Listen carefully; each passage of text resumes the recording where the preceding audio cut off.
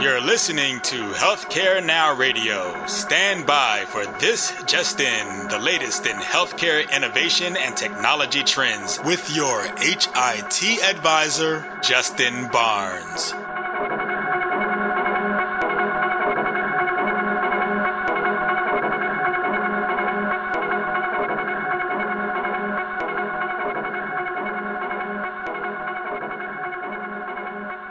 Thank you for tuning in and welcome to This Just In. I'm your host, Justin Barnes. In these half-hour segments, I'll bring you the latest advancements in healthcare, strategy, innovation, and public policy. As always, we're broadcasting from the This Just In studios on the Business Radio X network, as well as the Healthcare Now radio network.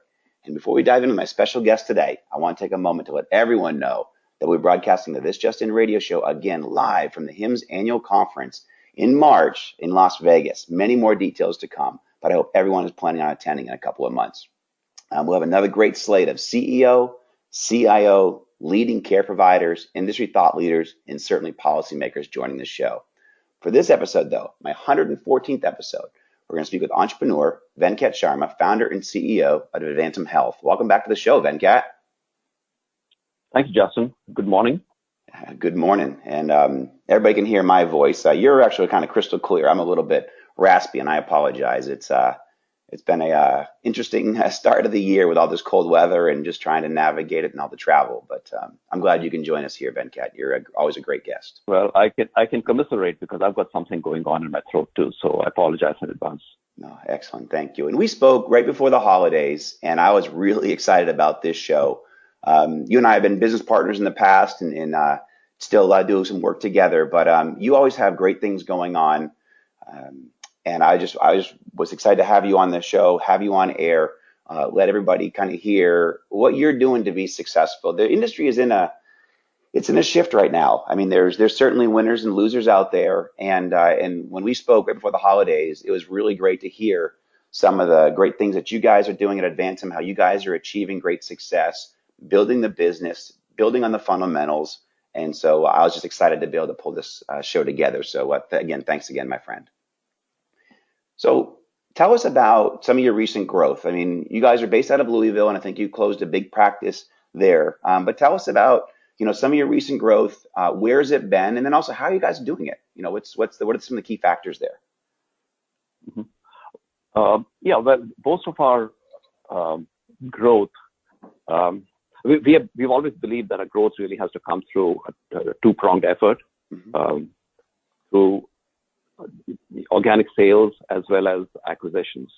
And those two prongs, growing the company, will create tremendous value over time. So most of our recent growth has been through some new customer success stories, new customer sales that we've had.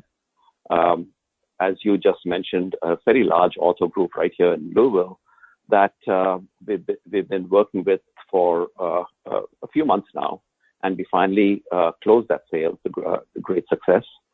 And another large auto group in Florida, which is actually doing some very innovative things with devices and innovative care in auto. So we are working with them too. And another cardiology sale in Florida, which interestingly is that industry is getting very concerned about MIPS and MACRA, and we have great strength in that, as you know. Mm-hmm. So from a sales standpoint, those are the three that stand out. And of course, we continue to make sales serving the physician practice market, the ambulatory market, if you will, because that is the underserved market. And physician practices need a lot of help. And that's what we're here for.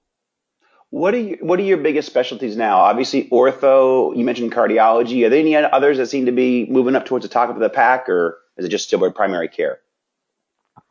We do a fair amount of neuro,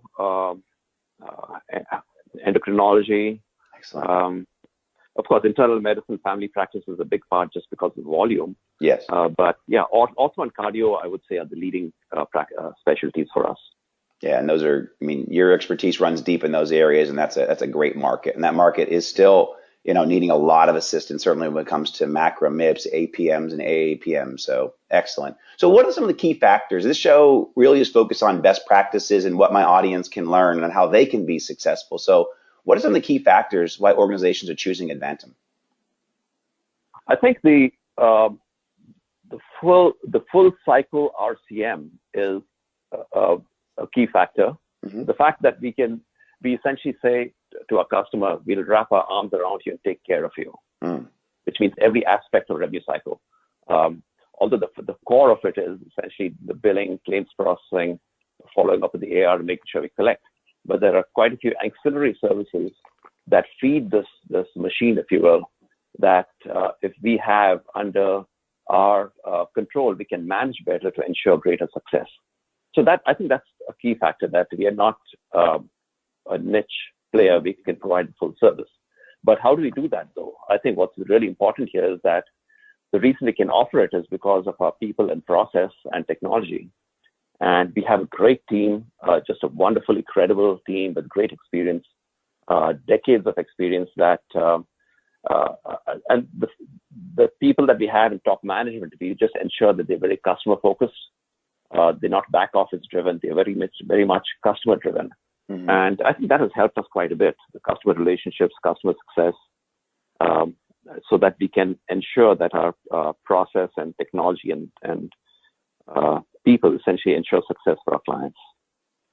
Yeah, that actually, you bring up a great point. I think that's what I saw even in the market shifting about 5 years ago. It seemed even in early 2010 and 2012, people were buying technology. But right after 2012, I really saw the market starting to shift to service. It wasn't about the software. It wasn't about the product. It wasn't even really about the innovation.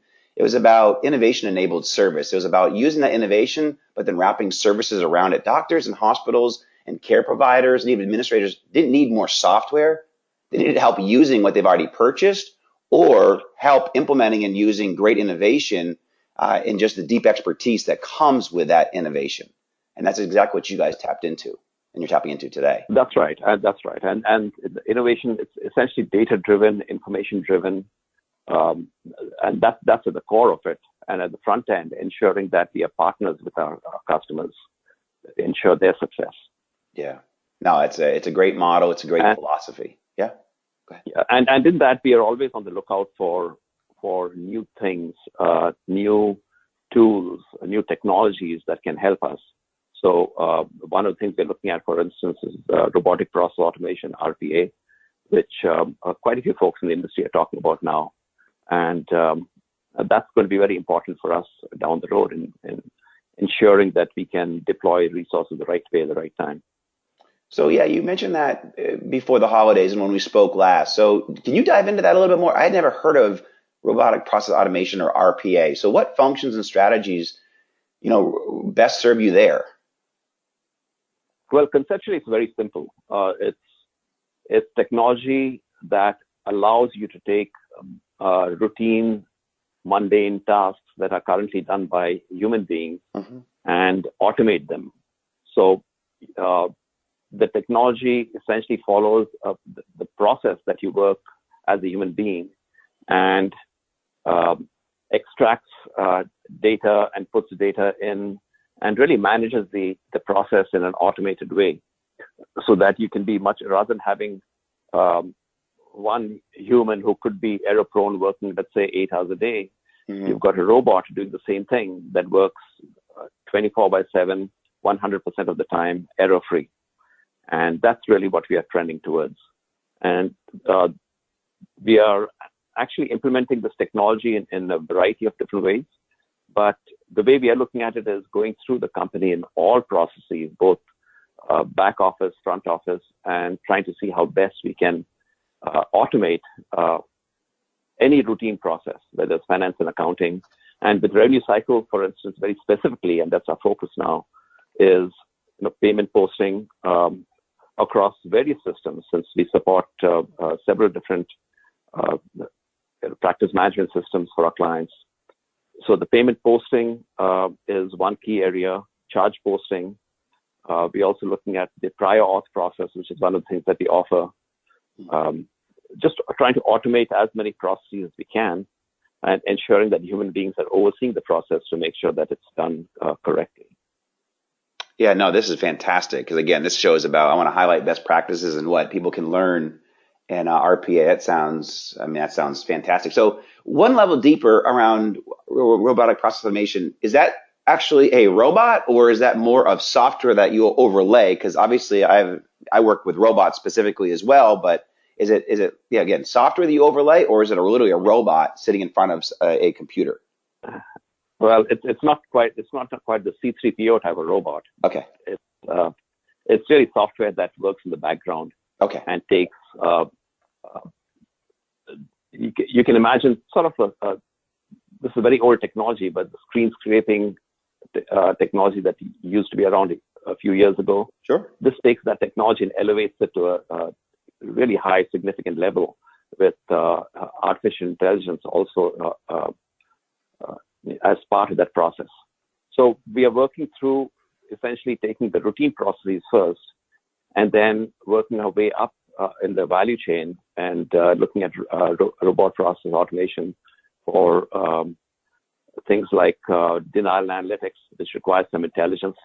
So with all the data and the information that we gather through RPA and through the human work that we do, we are essentially building a database that we can take at a higher level to feed into denial analytics and other things that require more intelligence.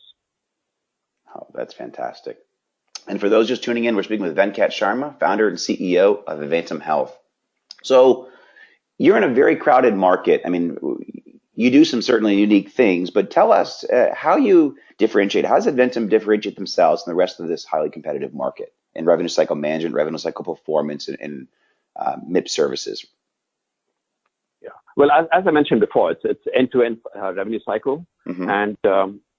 and as part of that, we are constantly looking forward. We're looking ahead, trying to look ahead of the industry and seeing what will impact the industry.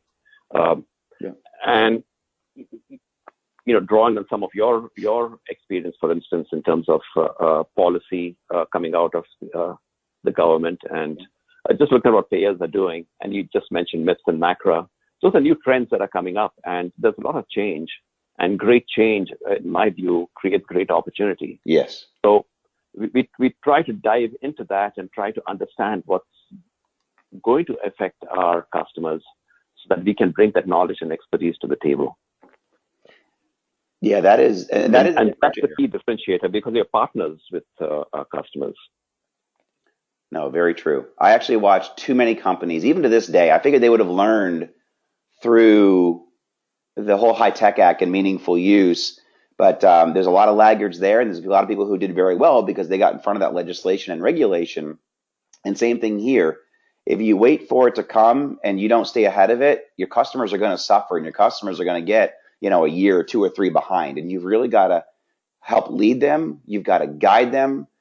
Even when they don't want to be guided or led, you've just got to educate them, and they'll make the right decision most of the time. But you've got to articulate it in such a way that they see how it's beneficial to them. So certainly with shared savings and the MIPS program and the QPP, the quality payment program in general, and there's all these value-based care models. They're not going anywhere. They're only getting more intricate. More money is being put, and it's not even going to be put. More money is being put into those models all across the country. California's got a huge program that they're creating right now. So more and more effort, and the more that you stay in front of this and you stay out, and guiding your customers through this, they're going to be successful. So it's a great strategy, Venkat. Absolutely. Thank you. So you've also you mentioned organic growth and then kind of the inorganic or the acquisition growth. So, tell us about your acquisition. I know you've had several. You've been on a tear in 2016 and 2017. But how many companies did you acquire in 2017? And then what are you look out into 2018? In 2017, we acquired 2 companies. That essentially, one of them gave us a presence in California. Excellent. And we do have quite a few customers in California, so that gave us that advantage. And of course, just greater revenue, EBITDA, and more physician practice customers. The other was in the New York City area. And through that, we also got some customers in Florida. So we have a presence already in New Jersey. So it was a very good consolidation. And I forgot to mention with that first acquisition, we also acquired an office in Pittsburgh. Yep. So we have a good set of customers in the Pittsburgh area. So those are two acquisitions we completed in early 17. And as we speak, we are looking at two more acquisitions. And just strategically, what we're looking for, one, of course, is to increase our footprint and revenue base and accrete EBITDA, pure business and finance related. And the other is for us to be able to acquire certain technologies and services that add value to what we have. Mm-hmm. So credentialing, coding audits, prior authorization, patient pay. So these are all areas that we believe are going to grow significantly and are essential to provide a good RCM service. So we are actively looking at two acquisitions as we speak, which we hope to complete in the next 60 days, and probably another one by the end of Q2. Wow, that's excellent. So how do you see this? There's still a lot of change in healthcare. I think there's consternation at times in healthcare, but how do you see these changes influencing your future with Advantum? And then also why and what are these changes kind of how do they prove your opinion on healthcare? Yeah, you touched on some of this before with the value-based care, mm-hmm. and there is great change coming out of the CMS, the White House, the payer, the payer population. So what's really happening, if you take a step back and look at it, is that the physician success, the practice success, is going to be tremendously dependent on information and data. Firstly capturing data, analyzing the data, and creating information out of that data and using that to drive decisions.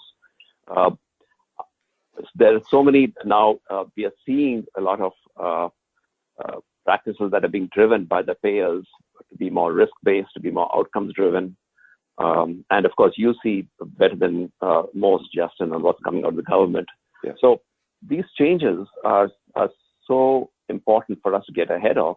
And I think Advantum's the command of technology will really help drive a lot of our success in the future. Excellent. Yeah, no, I completely agree. And the fact that you guys have been out in the front side of MIPS and the QPP and these alternative payment models is going to serve you very well. And also kind of tying yourself to the mantra of customer success. I've seen great success through my career with that. And I know that that's your philosophy internally as well, is, at all costs, customer success and really carrying that customer Absolutely. Into the future. So Absolutely.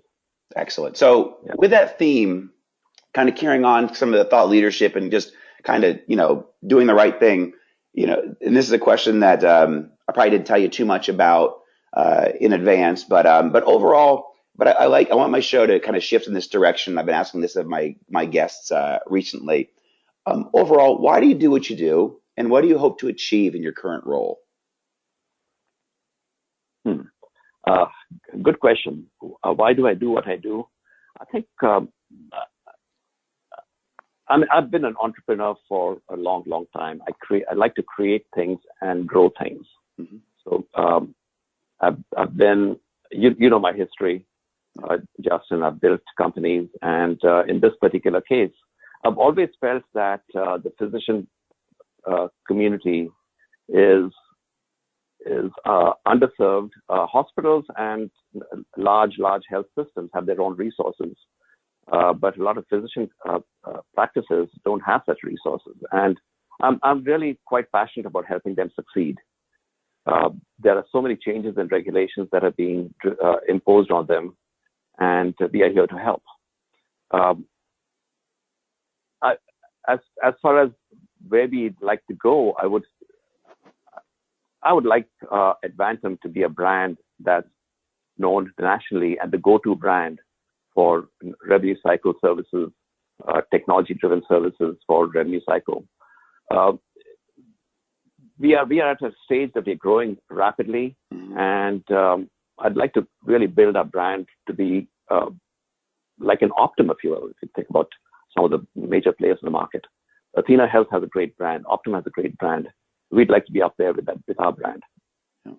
No, that's fantastic. And if you keep on taking care of the customer and putting the customer first, you'll be up there and even beyond. So, because that's becoming so few and far between nowadays. It's so much about the bottom line and the bottom buck. And I feel in the market and and I've always had my heart on the customer side of the equation, because at the end of the day, I never forgot they pay my bills. So That's right. yeah. And if you keep the customer first, the customer's, the customer's not always right, but the customer's always first. And so, if the customer is wrong, then you can educate them and you guys can walk that path together. But you can be respectful. You can be always looking out for the customer's best interest. And you can always be leading that customer. And if that's your philosophy, you will do very, very well in this marketplace, or any marketplace for that matter. Absolutely. In fact, I should really relate a small little anecdote. About 30 years ago, when I got started in the entrepreneurial world, my boss at that time, who actually helped me start my first company, I said enviously to him that he's lucky he doesn't have to report to anyone. And he told me, "You're wrong. I have to report to my customers and my employees." And that's really stuck with me over the years. So I think that's just a great quote.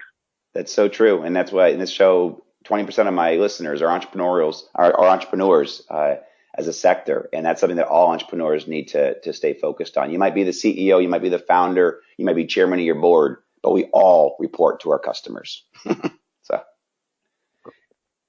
So now shifting a little bit of gears, what do you do for community and charity investing? Where do you invest your time, talent, and treasure, and why? Because this is becoming a bigger part of my life and philanthropy. But and you and I have talked a little bit about this, and I love some of the things. But where do you invest your time and your talents outside of work? Well,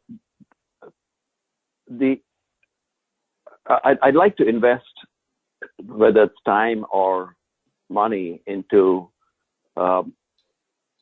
efforts that I can see that are clearly helping the end beneficiary. Mm-hmm. So I tend to stay away from the very large charities. Yep. And I have a small, I'm on the board of a small charity in India. We have a fairly large operation in India that caters to children of migrant workers and orphans.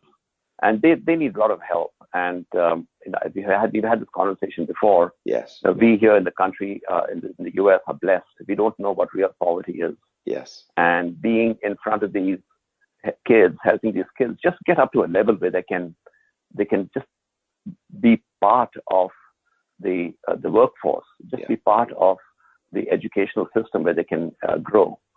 So we have a small charity that we contribute to and work with, that works directly with these kids. So we know exactly where every dollar is going. In the local community, right here in Louisville, there's a great effort led by a lady called Stephanie Barnett, who helps women, essentially women that have just are coming out of addiction and have children to take care of, and she just provides a great service to these women to help them get back into the workforce. Mm-hmm. So that's an area that I care about very much, and help that area too. That's terrific stuff. Yeah, you and I, we talked about this, and I've known you for many years, and I didn't realize the work that you were doing in India, because children are very special in my life and has a special place. And we don't realize, again, you said how blessed we are, but also how far our dollar goes in other countries. So you invest in India, I invest in Cambodia, the same thing. We built a school and a church and a first aid clinic and in a dump site where it has no infrastructure at all. These kids didn't have clean water. So we brought in clean water and schooling and education to give them a step up and a leg up, because these kids just worked in the dump site every single day, and people have no idea. There's no one in America that works in a dump site that doesn't have a house. And, but in third world countries and other parts of the world, they do. We have no idea what happens outside of this country. That's right. And there are some simple things. Like you said, the dollar goes a long way. Yeah. Very, very simple things. For instance, in the school, we built toilets for the girls. Exactly. Which they never had. And they used to go in the fields. And this was a safety issue. It was a hygiene issue. And it's just little things like that we just take for granted here in this country, which just go a long way. Yeah. So true. Well, Venkat, it's always a pleasure to have you on the show. One final question. I got about 30 seconds left. What is your favorite place to get or be inspired? Where do you go? I mean, we just talked about a charity, but what do you do or where do you go to get inspired? I like solitude to think, and this is probably a very boring answer to the question, but I like to. I travel a lot, so when I'm on a long drive, I don't listen to the radio. I just think. Yeah. I listen to podcasts, but otherwise I just think. And as you know, I love to golf, so my favorite activity is just walking the golf course and thinking and being one with nature. I like to trek, so it's mostly solitude and thinking. No, that energizes me. There's a lot there. No, I think people need to do that more. Society is so distracted that they're not taking time just to think. Slow down, turn everything off, be peaceful, and think, and just reflect. So that's a great point for the start of 2018. So Venkat Sharma, Advantum Health, thank you so much for joining the show and taking the time out of your busy schedule. So thank you, my friend. Thank you, Justin. And thanks everyone for listening and joining us today. Please tune in weekdays at 2:30 p.m. Eastern, 11:30 a.m. Pacific. As always, you can track me on Twitter at HIT Advisor and use the hashtag #ThisJustIn so we can respond to your comments from the show. And if you missed this episode or want to hear any of the other shows, they're all posted on Apple iTunes and SoundCloud. You also can check out the new website that we launched at justinbarnes.com. Thanks everyone. Have a terrific week.